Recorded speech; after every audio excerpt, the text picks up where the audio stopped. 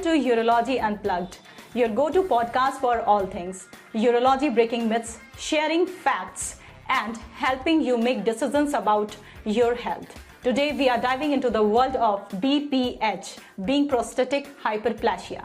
Stay tuned. Hello everyone, this is your host Isha, and today we have a very special guest with us, Dr. Piyush Pratap Singh.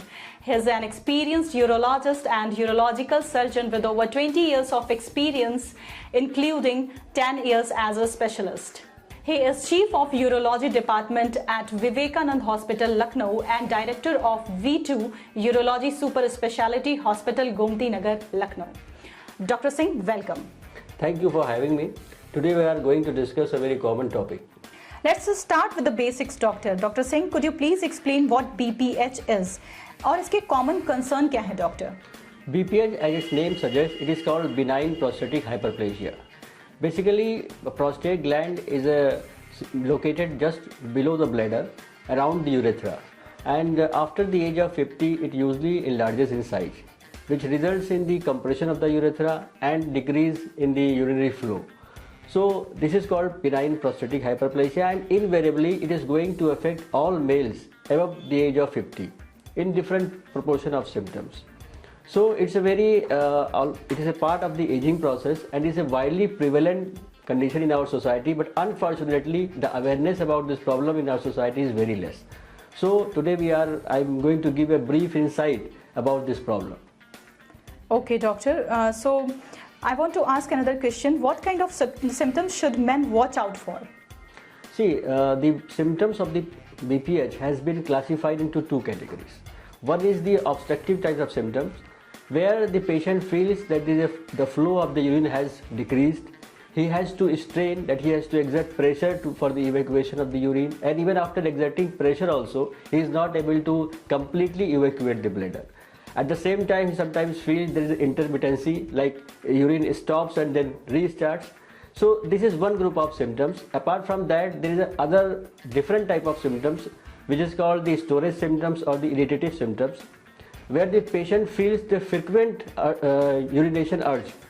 He has to go many times for the urination, and sometimes he feels the compelling desire to go for the urination, that is called urgency. And while going or rushing to the washroom, sometimes the urine leaks. So at the same time, many patients, they have to get up many times in the night, which is called nocturia. So these are the symptoms which comes under the category of storage symptoms, and these symptoms, basically the storage symptoms or the irritative symptoms, they are more troubling to the patient and bothersome to the patient, and they significantly impact the quality of life of the patient. So in general, these are the symptoms which usually patient present with us. Apart from that, they may present in a different way, like if in some advanced cases we see that the patient has a hematuria, that is blood in the urine. Sometimes he has a recurrent urinary infection. So these are other symptoms with which the patient can present to us. Doctor, now let's burst out some myths about BPH. Here's the first one. BPH only affects older men? Yeah, it is mostly the process starts after the age of 50, but in today's condition we also see that patient after the age of 40 also, sometimes they come with us with this problem. So usually it is a part of an aging process, and as the age advances, this problem is going to affect all males. And why this problem occurs, there is no clear-cut one reason for it. It is multifactorial, and there is some changes inside the body because some hormonal changes in the body which leads to its enlargement. Okay, doctor. Next myth is BPH always requires surgery. Is it right? No, not at all. See, this is a condition which, if it is treated and diagnosed early, then we can treat it by the medical management also. So it's basically this information is not true.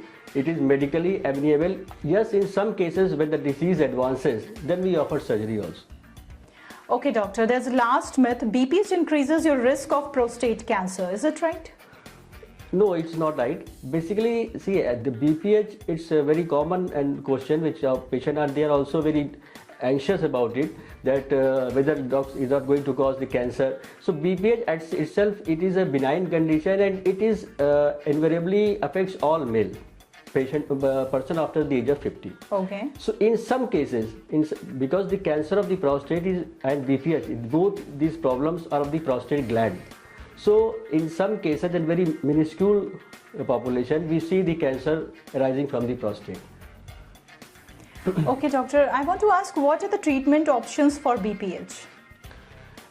See, first of all, as for any problem, we advise the lifestyle changes. There are some basic rules to maintain your good health, to be healthy.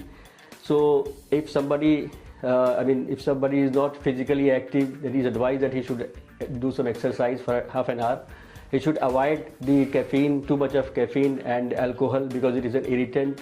At the same time, apart from this, then we offer the medical treatment.